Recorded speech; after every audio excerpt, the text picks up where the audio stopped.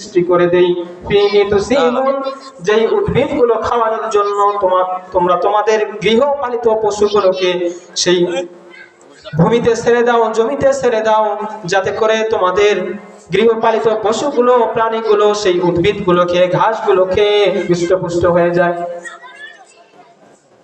আল্লাহ তাআলা বলেন, এই যে আসমান হতে বৃষ্টি বর্ষণ করলাম, বৃষ্টি বর্ষণ করে তোমাদের জন্য পানির ব্যবস্থা করলাম যেন তোমরা সেটা পান করো। আসমান থেকে বৃষ্টি বর্ষণ করলাম যেন জমিনে উদ্ভিদ জন্মায়, যে উদ্ভিদগুলো তোমাদের গৃহপালিত পশুগুলো যেন খেয়ে হৃষ্টপুষ্ট হয়ে যায়। এই যে গৃহপালিত পশুগুলো, এই যে সৃষ্টিগুলো দেখো, এগুলো আমি আল্লাহ তোমাদের জন্য সৃষ্টি করে দিয়েছি। আল্লাহ তাআলা কোরআনুল কারীমে ইরশাদ করেন, ওয়াল আনআমা খালাকাহা লাকুম ফিহা দিফউন ওয়া মানাফিউ ওয়া মিনহা তাকুলুন। আমি চতুষ্পদ জন্তুগুলোকে সৃষ্টি করেছি, লাকুম ফিহা দিফউন, এই জন্তুগুলোর মাঝে তোমাদের জন্য শীতের পোশাক রয়েছে, শীতের সম্বল রয়েছে, এগুলো দিয়ে তোমরা তোমাদের শীতের পোশাক তৈরি করো। ওয়া মানাফিউ, বিভিন্ন রকমের উপকার তোমরা এই প্রাণীগুলো থেকে লাভ করো। ওয়া মিনহা তাকুলুন, এবং সেই প্রাণীগুলোর গোশতও তোমরা খেতে পারো, কত সুস্বাদু গোশত। এই প্রাণীগুলোকে আমি তোমাদের জন্য সৃষ্টি করেছি, শুধু তোমাদের খাওয়ার জন্য সৃষ্টি করে নাই, আরো বহু কাজের জন্য সৃষ্টি করেছি। আল্লাহ তাআলা বলেন, ওয়া তাহমিলু আসকালাকুম ইলা বালাদিন লাম তাকুনু বালিগিহি ইল্লা বিশিক্কিল আনফুস। তোমরা এক শহর থেকে আরেক শহরে যাবা, এক স্থান থেকে আরেক স্থানে যাবা, এক গ্রাম থেকে আরেক গ্রামে যাবা, যখন তোমরা তোমাদের বড় বড় বোঝাগুলো নিয়ে তোমরা সেই স্থানে পৌঁছা তোমাদের জন্য কষ্টকর হয়ে যাবে, তোমাদের সামান নিয়ে যাওয়া তোমাদের জন্য কষ্ট হয়ে যাবে। এজন্য জন্তুগুলোকে সৃষ্টি করেছি যেন এই জন্তুগুলো তোমাদের এই সামানগুলো, এই মালামালগুলো তোমাদের গন্তব্যে পৌঁছায়া দেয়। বলি সুবহানাল্লাহ। শুধু তাই নয়, আমি এই প্রাণীগুলোকে সৃষ্টি করেছি আরো অনেক উপকারের জন্য। আল্লাহ তাআলা বলেন, ওয়াল খাইলা ওয়াল বিগালা ওয়াল হামিরা লিতারকাবুহা ওয়া জিনা, আমি ঘোড়া সৃষ্টি করেছি, গাধা সৃষ্টি করেছি,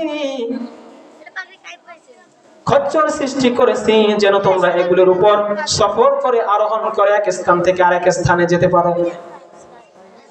আল্লাহ তাআলা বলেন, আমি আসমান থেকে বৃষ্টি বর্ষণ করলাম, যে বৃষ্টির মাঝে তোমাদের জন্য রিজিকের ব্যবস্থা করলাম, পানির ব্যবস্থা করলাম, যে পানিগুলো পান করো।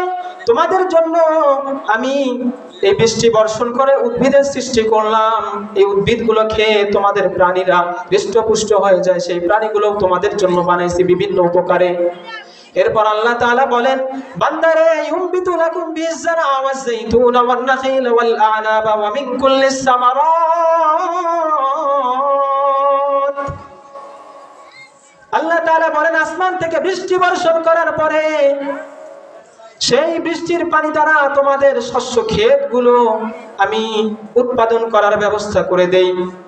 ওয়াজ-যাইতুন, জাইতুন ফল তোমাদের জন্য ব্যবস্থা করে দেই। ওয়ান-নাখিলা ওয়াল-আ'নাব, খেজুর আঙ্গুর তোমার জন্য ব্যবস্থা করে দেই। শুধু তাই নয়, ওয়া মিন কুল্লিস সামারাত, আল্লাহ তাআলা বলেন, তোমরা যে আম খাও, কাঁঠাল খাও, জাম খাও, পেয়ারা খাও, লিচু খাও, বড়ই, আতা, জামরুল, সবেদা, নাশপাতি, আপেল, কমলা সহ যত রকমের ফল আছে, এই সব ধরনের ফলগুলো আসমান থেকে বৃষ্টি বর্ষণ করে আমি তোমার রিজিকের ব্যবস্থা করে দেই। বলি সুবহানাল্লাহ। মুহতারাম হাজিরিন,